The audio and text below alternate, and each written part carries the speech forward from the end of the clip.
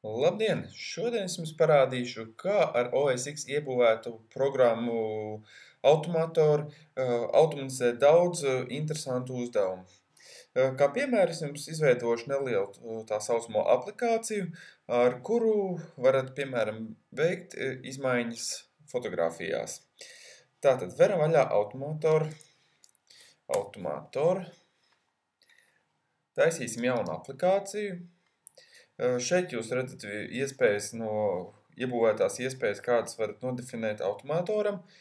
Šeit jūs redzat savu esošo programmu. Tātad, kas mums nepieciešams, lai šo darbu veikt? Pirmkārt, mums noteikti nepieciešams programmai uzzināt, kādu bildi mēs vēlamies mainīt. Tātad, izveidojam jaunu tasku, lai tiktu pieprasīts bildes nosaukums. Varam ievadīt nosaukumu, ievadiet bildes nosaukumu. Norādam, ka tas būs fails. Atļaujam vienlaicīgi programmā iedot arī vairāk failus.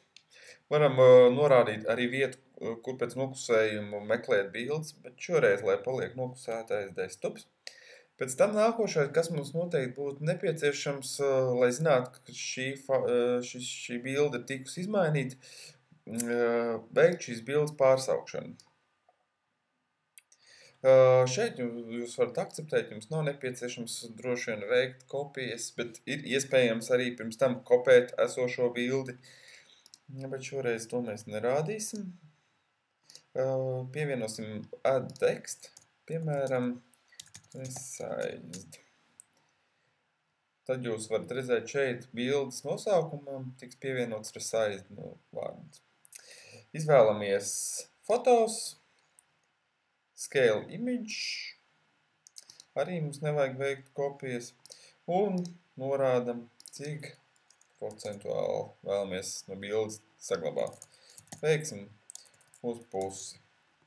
Principā šis veids ir viss, varam veikt file save as, saglabāt uz ekrāna, mainīt bildes izmēru, varam saglabāt kā aplikāciju.